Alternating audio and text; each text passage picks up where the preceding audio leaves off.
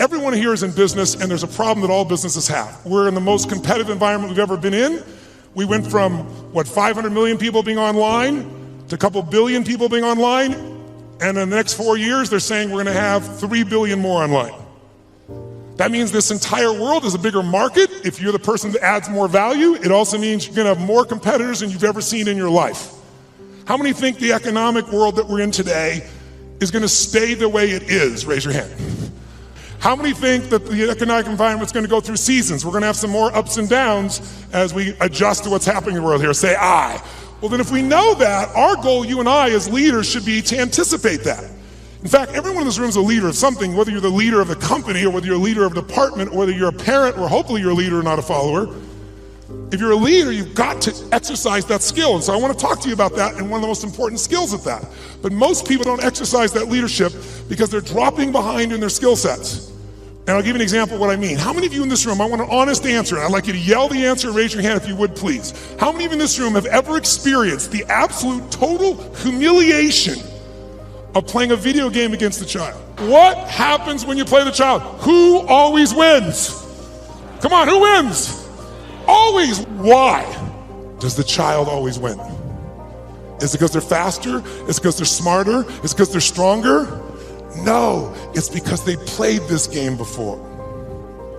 As a result, they have the secret to success. They know the road ahead. And if you know the road ahead, you have an incredible power called anticipation. Anticipation is the ultimate advantage. See, winners, leaders anticipate, losers react. The reason you get beat is you don't know where things are happening, so you're reacting. Reaction is always stressful. And yet so much of our life is predictable if we just were to study it, not be caught up in our day-to-day. It's predictable the challenges you're gonna have in your relationships, or with your kids, or with your body, or with your job, or with your economics, or with your mother-in-law or father-in-law. These are predictable. And if you were to anticipate these things and put a strategy in place, you could take it all out and have the quality of life that you deserve. In business, it's everything. Those that anticipate, those that lead, and then there's those that follow. The followers are the reactionaries. So the more we can anticipate, and you can't anticipate and lead unless you first learn how to lead yourself at a different level. And so I love to have you just see that if you and I can start to take control of our focus, and we can start to take control of the meaning of our lives and make something really that meaning that empowers us, because look, what's wrong is always available, isn't it? There's always an Ebola, a bird flu, there's always something that's gonna kill the entire human race tomorrow on TV. And then there's your life. What's wrong is always available, and so is what's right. And you have to take control of that focus, because otherwise you become the follower and you get to live your life. Even though you're a smart person, we're all smart, but it's easy to get led astray by everybody else's focus, isn't it? And then all of a sudden let them create the meaning for us. And then all of a sudden we're settling for a life far less than what we desire or deserve. So my approach is really simple. My approach is to say, let's you and I, just for a few little time we have here, because if you get fully engaged, it's amazing what you can accomplish and do. When you're partially engaged, you get a little bit of result. When you're disengaged, we all know what you get, nothing. And we live in a society where most of us are so overwhelmed. There's so much information. We're not having any problem with information. We're being drowning in information, but we're starving for wisdom. And so we gotta separate it out. And so one way to separate it out is I'd like to talk to you about 3 things that can help you increase your performance and your life. Is what can increase performance for an individual or an organization. But also I'm equally obsessed about what's gonna make somebody fulfilled. Because who's had this horrible experience? Who here has ever achieved your goal and then your brain said, is this all there is? And that's worse than failing. At least when you fail, your brain gets say, I can figure this out and do it again a new way. But when you succeed and you're miserable, you're basically technically screwed. So what I want to make sure that you and I do is we set ourselves up to be able to win. So there's 3 things I'd like to walk you through. 1, I'd like to walk you through how to the competitive edge that's going to get you both the performance you want at the highest level and also the fulfillment you want. Because if you want to know my view, I can tell you there's 2 master lessons in life. Lesson 1 is the science of achievement. If you want an extraordinary life, if you want a magnificent life, which by my definition has nothing to do with me, it's life on your terms. What are your thoughts around courage? How do people get the courage to play the long game? It's not the long game, it's the infinite game. Because a long game could be 5 years, right? True. Yeah, this is forever. How do people build that? Everything that we're talking about in the infinite game is really, really, really, really hard. It is so much easier to build a company based on short-term ambitions than it is an infinite cause. It just is, right? It's also fun, right? Until it's not. Less inspiring, but sometimes fun, right? Hitting a goal feels good, right? It's much easier to just hire and fire people frequently, hire fast, fire fast, as to hiring slowly and firing slowly because we try and take care of our people as best we can. It's hard to build teams. All of that stuff we talked about leadership, like what am I supposed to do to build a trusting team? Well, I wish I could give you a list of 5 things. It's really, really hard to be a parent. It's much easier to be an uncle or an aunt or not have kids, right? It's hard, right? So why do it? You know, it's fun and exciting to try and beat our competitors, you know? But to have to face our own weaknesses every day, that's exhausting. You know, existential flexibility, I'd rather not. I just would rather not. You know?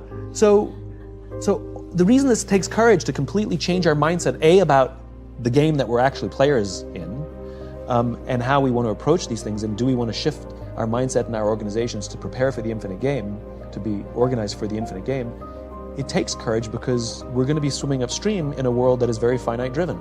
You know, the pressures on us are overwhelming from Wall Street or our own egos or from internal incentive structures or our bosses, whatever it is. The pressures are overwhelming for us to play the finite game. And so how do you stand up to massive external pressure? Courage. And courage is something that comes from relationships. You know, it's external. A world-famous trapeze artist would never attempt a brand new death-defying act for the first time without a net. They would never do it. So why do we think that we could do something difficult without external support too? I've had the opportunity to meet real heroes, people who've risked their lives to save the lives of others with the belief that they were going to die, and they didn't. And when asked, why did you do it? They all say something similar, which is they would have done it for me. It's external. And so we have to take the time to foster and take care of people around us, to nurture our relationships, because when we're going to be doing something difficult, when we're going to be swimming upstream, when we're going to be innovating and doing something different, there are days we're going to doubt ourselves. There are days we're going to get knocked in our ass. There are days that storms are going to rise, and we have to have people who say, I got your back. You need to do this. We need you. The world needs this. Keep going. I believe in you, you know? And so courage comes from not only our willingness to do that for others, but then their willingness to do it for us. And if we commit ourselves to a just cause and we're willing to do those things, then, you know, the great thing is we take a lot of people with us and change the world for the better. And isn't that sort of the point of an infinite life? To leave this world in better shape than we found it, to leave the companies that we work for in better shape than when we started, to leave our families stronger and better capable than they can do without us. You know, isn't that what it means to live an infinite life? That we can literally live on beyond our own lives.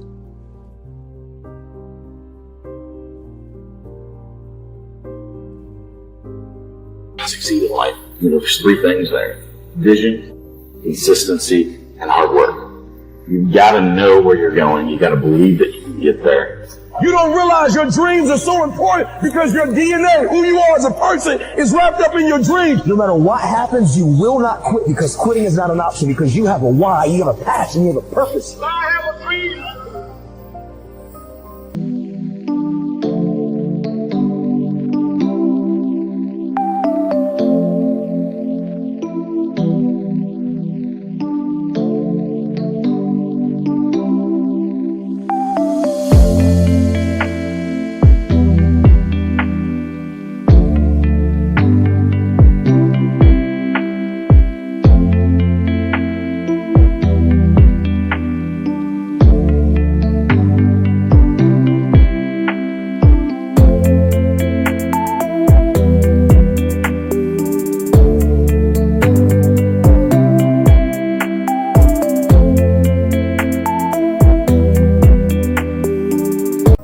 DNA is in your dream. To change the story that you've written in your head for the last 2-3 decades. And I think it's universal. I think there are very few people who don't get to a point at year 20, 30, 35 that don't start debating, wait a minute, is this what I want? Is this where I'm going? Is this how it's playing out? And, you know, to me, that is one of the most important moments in one's life. You know, many people look at it as a moment to start to get upset. Embrace and accept where you are. That what's happening right now is actually happening for you. That what's happening right now is your benefit. Because as long as I'm thinking that this relationship isn't it, this moment isn't it, this house isn't it, this career isn't it, what I'm doing is I'm putting all of my happiness on the result. Me being grateful for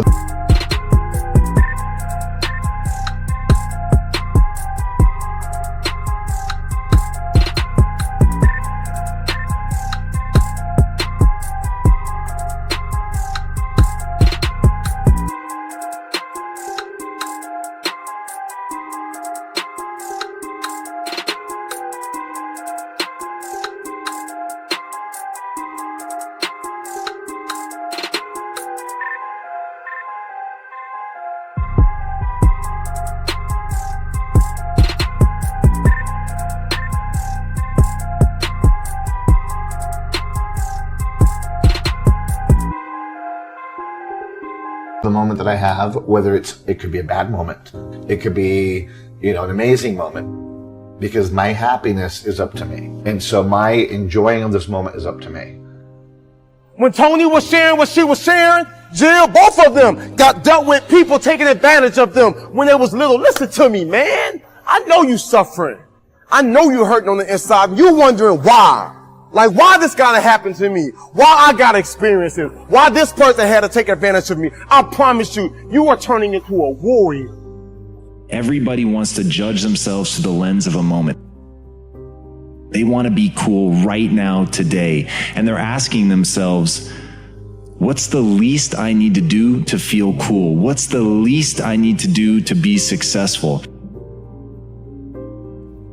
But once I stopped asking that question and I started thinking about really who I could become and really harnessing the human ability to adapt, what people need to understand, humans have become the apex predator, not by being the strongest, not even by being the most intelligent. They're willing to put in that hard work. They're willing to reframe the question from what's the least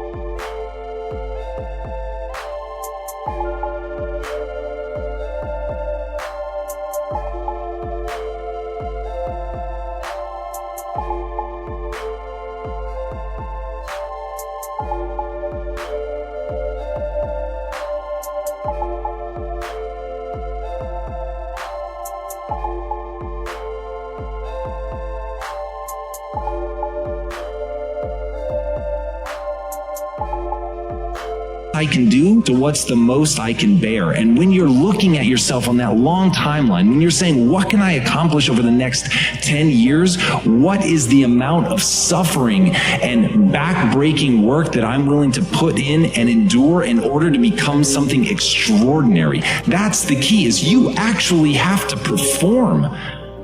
One shot as far as we know it. This is all we have got, so why waste it? You want to leave a mark. You want to leave a legacy. You want your name to continue on the lips of others for years to come. You want to clock your card in proud of what you achieved, happy with the decisions you made, and with the knowledge that you left the earth in a better way than you found it. For those that want to go to the next level in life, I'm going to lay out 3 things for you today. And if you align every thought, every word you speak, and every action you take with these 3,